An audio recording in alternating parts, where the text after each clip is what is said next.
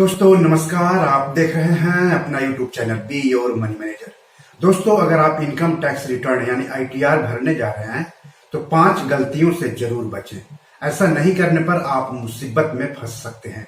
ये 5 गलतियां क्या हैं, ये हम आपको इस एपिसोड में आगे बताएंगे। लेकिन सबसे पहले मैं आप सबसे गुजारिश करता हूं कि अगर अभी तक आपने इस YouTube चैनल को सब्सक्राइब नहीं किया है तो जल्दी से कर लें। साथ ही साथ अपने दोस्तों, रिश्तेदारों, अपने जान पहचान वालों को भी इस YouTube चैनल को शेयर करने के लिए कहें, सब्सक्राइब करने के लिए कहें और पैसों से जुड़े सवाल पूछने के लिए कहें, क्योंकि पैसों से जुड़े हर सवाल के जवाब यहाँ दिए जाते हैं। तो चलिए आगे बढ़ते हैं।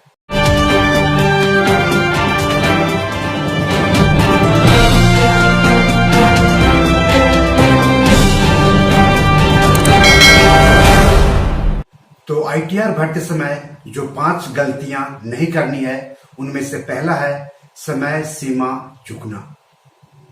आपको मालूम है कि IT रिटर्न फाइल करने के लिए अंतिम समय सीमा तय रहती है। इंडिविजुअल टैक्स पेयर्स यानी जो व्यक्तिगत आयकरदाता होते हैं उनके लिए 31 जुलाई आखिरी समय सीमा होती है। जैसे कि वित्त वर्ष 2021-2022 के लिए ITR भरने की आखिरी समय सीमा 31 जुलाई 2022 है। तो इस समय सीमा को हमेशा याद रखें। अगर इस समय सीमा के बाद ITR भरते हैं तो आपको पेनाल्टी देना पड़ सकता है। समय सीमा के बाद ITR दाखिल करने पर 10,000 रुपए तक का जुर्माना देना शामिल है। इसके अलावा बिना भुगतान वाले इनकम टैक्स पर अतिरिक्त 1% कर देना पड़ सकता है। दूसरी गलती है वो है रिटर्न दाखिल नहीं करना। पूरी तरह से ITR फाइल करने में विफल रहने पर करदाताओं को नुकसान हो सकता है। वे कई कानूनी परेशानियों में फंस सकते हैं। आयकर विभाग यानी इनकम टैक्स डिपार्टमेंट ITR दाखिल करने की तारीख की नियत तारीख से भुगतान किए जाने वाले कर पर जुर्माना लगा सकता है। करदाता को 3 से 7 साल के लिए जेल भी भेजा जा सकता है। तीसरी गलती जिससे हम सबको बचना है वो है गलत जानकारी देना, यानी गलत जानकारी मत दीजिए ITR भरते समय। ITR दाखिल करना जरूरी है और फॉर्म में सही व्यक्तिगत जानकारी देना और भी महत्वपूर्ण है।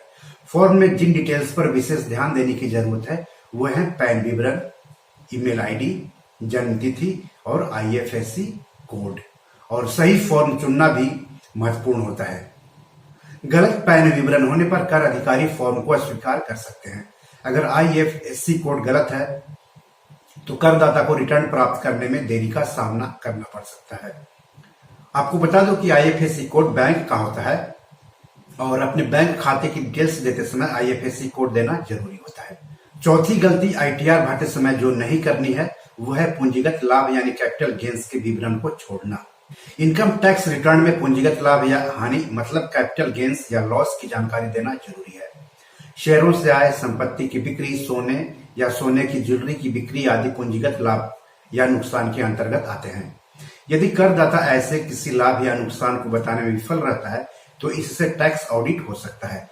करदाताओं को राहत देने के लिए IT विभाग उन्हें उनके पूंजीगत लाभ विवरण की जांच करने की अनुमति देता है। तो कभी भी ITR भरते हैं तो पूंजीगत लाभ या हानि को बताने से मत चूकें। और 5वां है ITR का सत्यापन यानी वेरीफाई नहीं करना।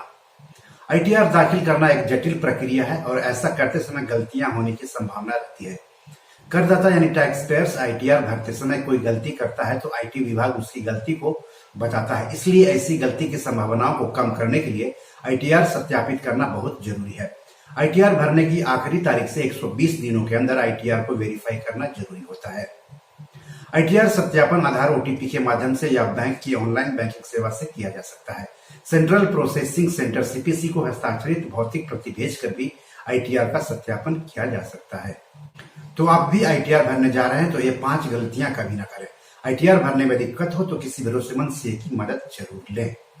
तो बी योर मनी मैनेजर में आज इतना ही, लेकिन अपने फाइनेंशियल सफर को सुहाना बनाने के लिए देखते रहिए अपना YouTube channel be your money manager और पढ़ते रहिए beyourmoneymanager.com। धन्यवाद, नमस्कार।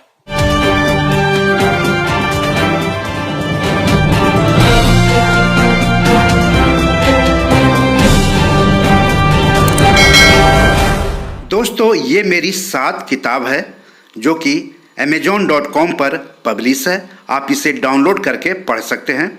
इन किताबों के लिंक्स इस वीडियो के डिस्क्रिप्शन में दिए हुए हैं। इन 7 किताबों में से 5 किताब मनी मैनेजमेंट पर है, यानी पैसा निवेश करके अधिक पैसा कैसे कमाएं पर आधारित है।